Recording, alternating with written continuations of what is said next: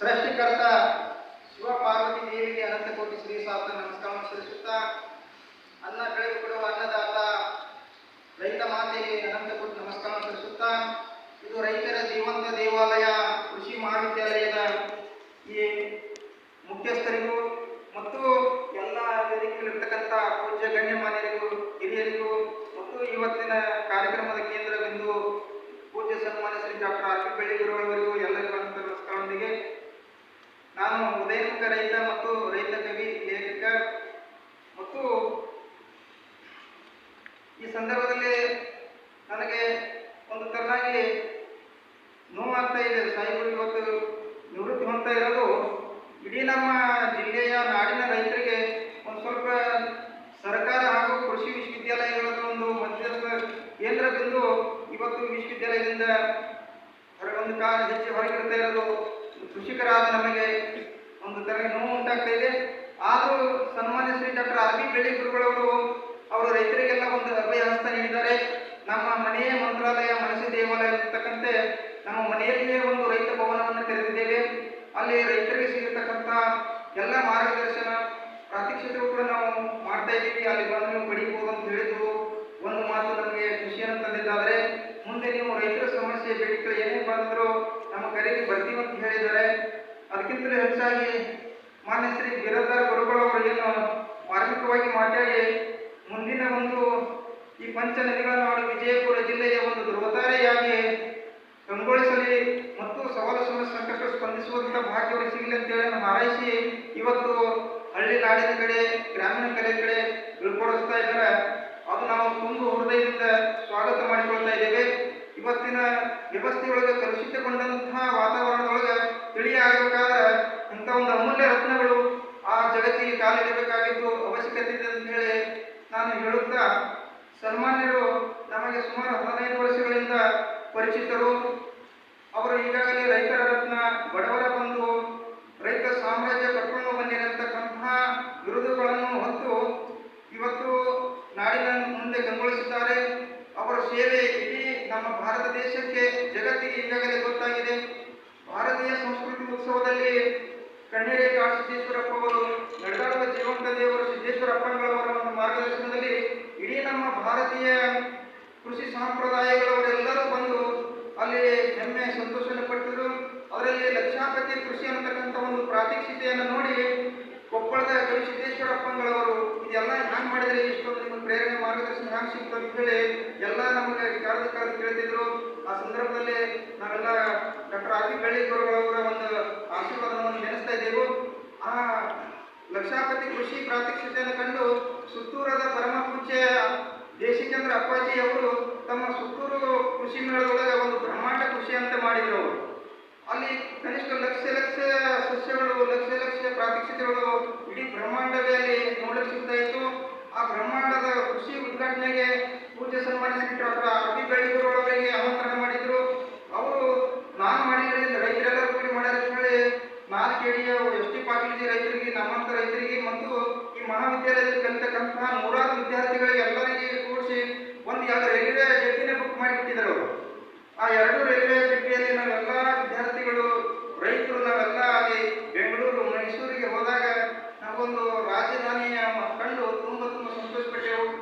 ಅಲ್ಲಿ ಸುತ್ತೂರು ಸಂಸ್ಥಾನ ಮಟ್ಟದಲ್ಲಿ ನಮ್ಮ ರೈತ ಬಳಗಕ್ಕೆ, ವಿದ್ಯಾರ್ಥಿ ಬಳಗಕ್ಕೆ ಅವರೆಲ್ಲರೂ ಅಪ್ಪಾಜಿಯವರು, ದೇಶಿಕೇಂದ್ರ ಅಪ್ಪಾಜಿಯವರು ಒಂದು ಅವರೆಲ್ಲ ಶಿಷ್ಯಗಳಿಗೆ ಕಳಿಸಿ ಒಂದು ವಾದ್ಯ ವೈಭವಗಳೊಂದಿಗೆ ನಮ್ಮನ್ನು ಕರೆದು ಆ ವೇದಿಕೆಯಲ್ಲಿ ನಮಗೆ ಮಾಡಿರ್ತಕ್ಕಂಥ ಒಂದು ಆಶೀರ್ವಾದ ಸನ್ಮಾನ ಮಾಡಿ ನಾವು ತುಂಬ ಸಂತೋಷಪಟ್ಟಿದ್ದೇವೆ. ಅಂತ ಸನ್ಮಾನ್ಯ ಶ್ರೀ ಡಾಕ್ಟರ್ ಆರ್ ಬಿ ಬೆಳ್ಳಿಗುರುಗಳವರ ಕೊಡುಗೆ ಈ ಜಿಲ್ಲೆಗೆ, ನಾಡಿಗೆ ಇನ್ನೂ ಬಹಳಷ್ಟು ಆಗಲಿ ಮತ್ತು ನಮ್ಮಂಥ ರೈತರ ಮಕ್ಕಳಿಗೆ ಅವರ ಕೃಪೆ ಆಶೀರ್ವಾದ ಇರಲಿ. ನನಗಂತೂ ಅವರು ನನ್ನ ಸಾಹಿತ್ಯ, ಸಂಗೀತ, ಕಲಾ ಜೀವನಕ್ಕೆ ಮತ್ತು ನಾವು ಆರ್ಥಿಕವಾಗಿ ಸಂಕಷ್ಟದಲ್ಲಿ ಇದ್ದ ಸಂದರ್ಭದಲ್ಲಿ ಅವರು ತಮ್ಮ ಸ್ವಂತ ಲಕ್ಷ್ಯಕ್ಕಿಂತಲೂ ಹೆಚ್ಚಿಗೆ ನಮಗೆ ಸಹಾಯ ಮಾಡಿ ಬೆಳೆಸಿದ್ದಾರೆ.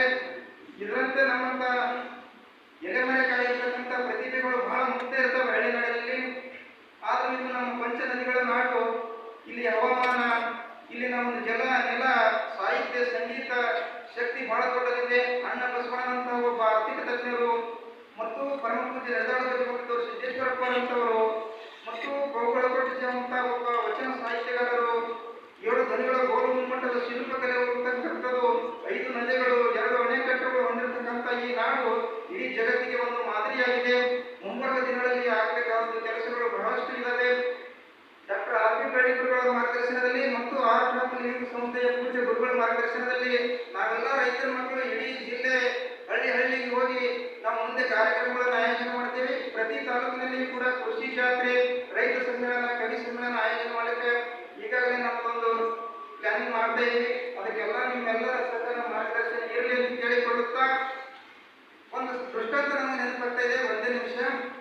ಅಧಿಕಾರ ಅನ್ನೋದು ಹ್ಯಾಂಗೆ ಬೆಳಕೆ ಆಗ್ತದಪ್ಪ ಅನ್ನೋದು ನಾನು 10 ವರ್ಷಗಳಲ್ಲಿ ಕರ್ನಾಟಕ ಭಾರತದ ಬಹಳಷ್ಟು ಇಲಾಖೆ ಕಾರ್ಯಾಲಯಗಳಲ್ಲಿ ಹೋಗಿ 37 ಇಲಾಖೆ ಸಂದರ್ಶನ ಮಾಡಿಬಿಟ್ಟಿದ್ದೇನೆ.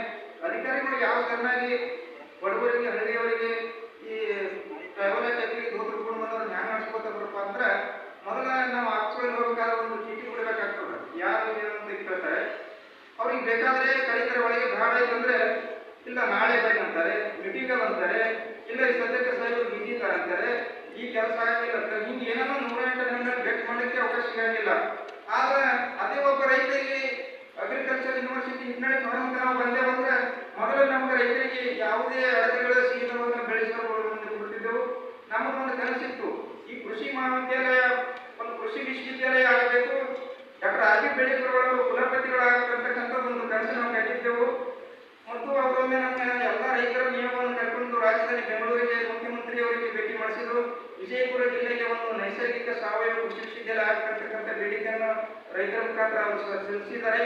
ಅದು 9 ದಿನಗಳಲ್ಲಿ ಆಗಿರತಕ್ಕಂಥದ್ದು ಒಂದು ಕಳಕಳಿಯನ್ನು ಹೇಳುತ್ತಾ, ಒಂದೇ ಸಣ್ಣ ದೃಷ್ಟಾಂತ, ಒಂದು ದೇಶದ ಪ್ರಧಾನಿಯವರು ಒಂದು ರಾಜ್ಯದ ಮುಖ್ಯಮಂತ್ರಿಗಳವರು ಅಮೆರಿಕದಂತ ದೇಶಕ್ಕೆ ಪ್ರಯಾಣ ಬೆಳೆಸಿದ್ರಂತ.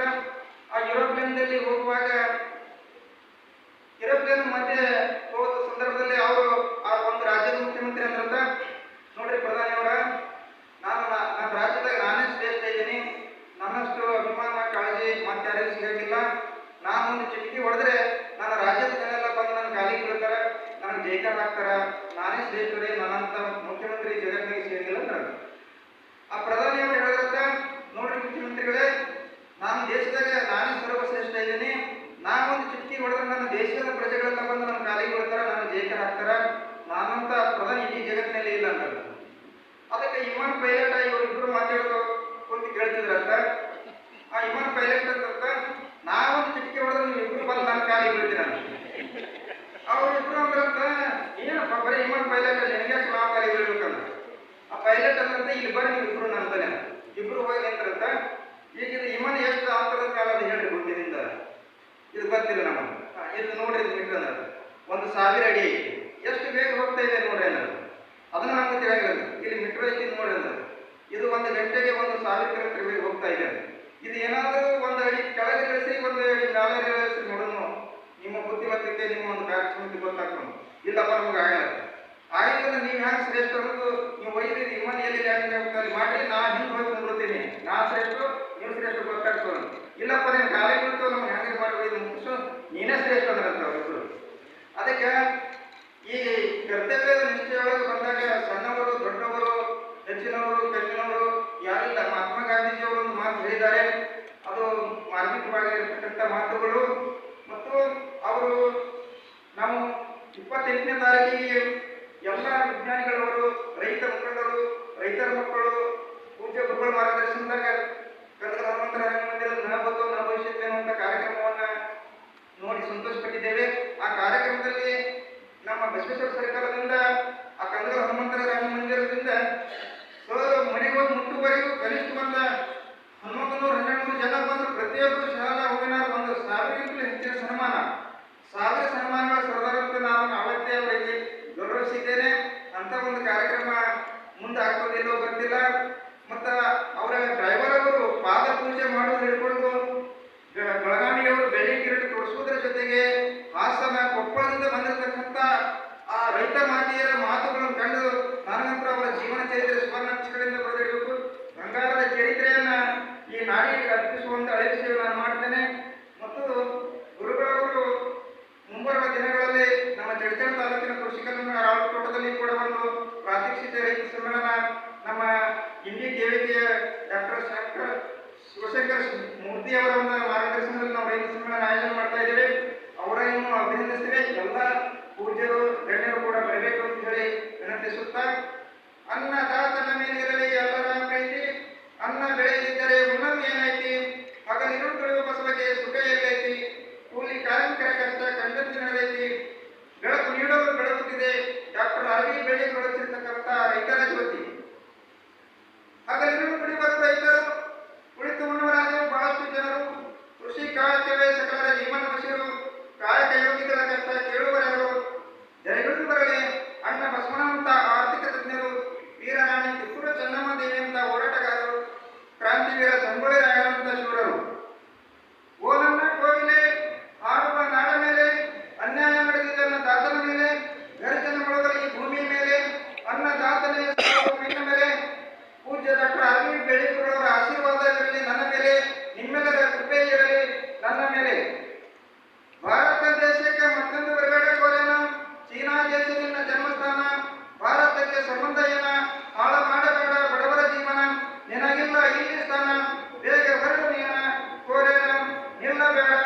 ಇದು ಜಬರಿ ಸಾವಯವ ಕೃಷಿಕರ ಆಸ್ಥಾನ ಡಾಕ್ಟರ್